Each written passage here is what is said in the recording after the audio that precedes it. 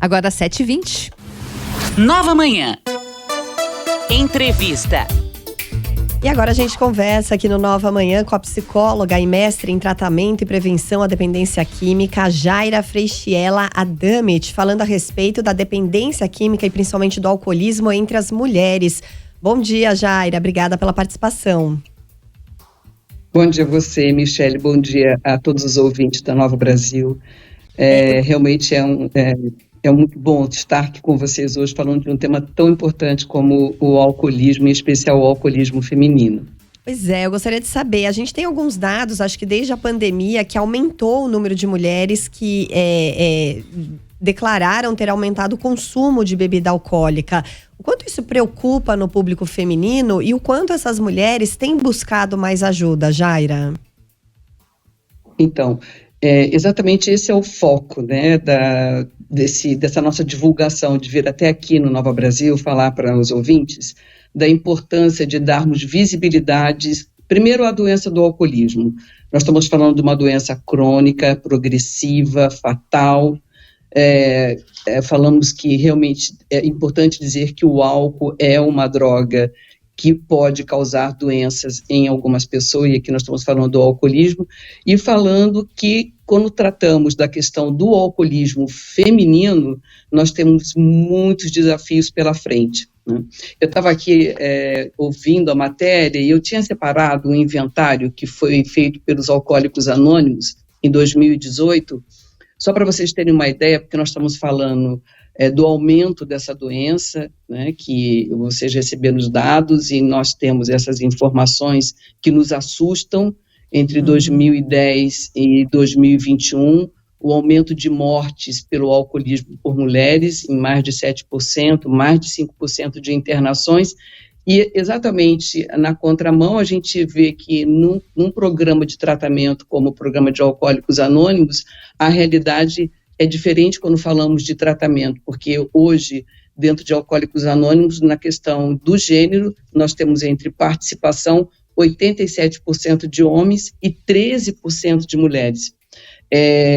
Com a questão da pandemia, houve um aumento significativo, né, muito significativo, em mais de 40% de participação das mulheres, que exatamente é a visibilidade do tratamento que foi oferecido, né, através dos grupos online, né, e das reuniões de propósito feminino online, se aumentou a participação das mulheres. Mas é muito importante darmos a visibilidade e dizer da importância das mulheres terem acesso aos tratamentos. Ô Jaira, você falou a respeito dessa proporção, né, dos participantes dos grupos dos Alcoólicos Anônimos. Existe uma estimativa em relação ao total da estimativa de pessoas que sofrem com alcoolismo no Brasil? Quantos são homens, né, em relação à porcentagem, proporcionalmente, e quantos são mulheres? Olha, assustadoramente, né, a gente fica buscando essas informações. No Brasil, nós temos muita dificuldade com pesquisas, e quando falamos do alcoolismo, mais ainda, né? Mas hoje, se nós formos olhar, por exemplo, as questões de morte, né, no Brasil, mortes causado doenças, por exemplo, no trânsito, né, causados pelo álcool, pela ingesta de bebida alcoólica. Lógico, hoje temos uma lei que fala, né, se beber não dirija. Mesmo assim, ainda temos muitos acidentes, muitas violências domésticas. O índice é assustador. Porém, essa visibilidade nós não conseguimos dar tão recentemente. O que nós conseguimos, e eu quero destacar que eu trabalho desde 1983 com a questão do álcool. Naquele momento, nós tínhamos 15 homens para uma mulher alcoólica. Eu me lembro, assim, eu faço parte, fazia parte de uma associação, e faço parte, que é a ABEAD, na época era a BEA, e nós tínhamos esse 15-1. Hoje, Michele, nós temos as mulheres bebendo o homem, tanto quanto, em algumas regiões, mais do que os homens, assustadoramente, mas não considerando a questão do álcool no organismo feminino. As mulheres têm muito menos composição de água no seu organismo, isso significa que o álcool metaboliza de uma forma muito rápida, trazendo consequências graves ao organismo feminino.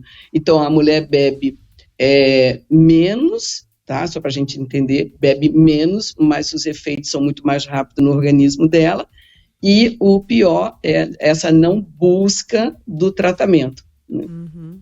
E só pra gente fechar aqui, Jaira, por causa do nosso tempo, para aquelas pessoas, seja homens ou mulheres, que estão nos ouvindo e às vezes têm dúvidas, ou delas mesmas, ou em relação a pessoas próximas, será que eu sou um dependente do álcool?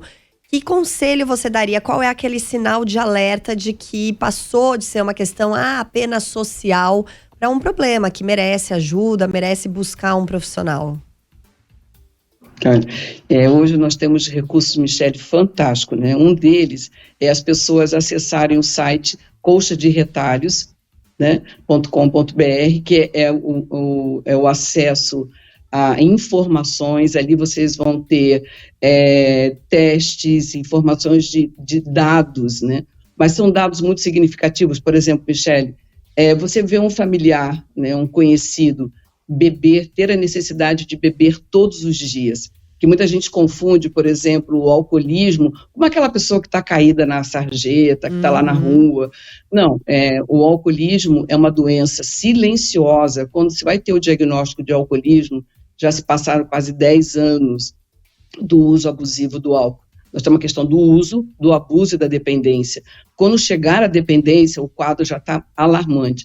Então, se essas pessoas têm dúvidas em relação se eu devo abordar ou não esse alcoólico, busque essa informação, busque a informação nesse site da Coxa de Retalho, que é um trabalho que está sendo feito lindo em prol do alcoolismo feminino, e também o site de AA, né, que é aa.org.br, e as pessoas vão encontrar essas informações. Mas o mais importante, no caso de dúvida, procurar um profissional que faça essa orientação, procurar o sistema de saúde, mas buscar ajuda. Não deixa aquela coisa assim, bebe porque não tem força de vontade, onde já se viu. Cuidado com o preconceito, viu, Michele? Vamos dar essa visibilidade à questão do preconceito, porque as pessoas têm muito preconceito, e quando falamos de mulheres, mais ainda. Por isso que o Coxa de Retalho está vindo hoje dar essa visibilidade. Tá bom, Michele? Deixa eu falar que é Coxa de Retalhos, deaa.com.br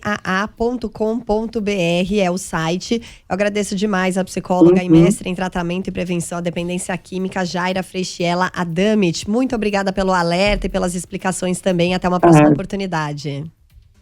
Obrigada a você e a toda a equipe.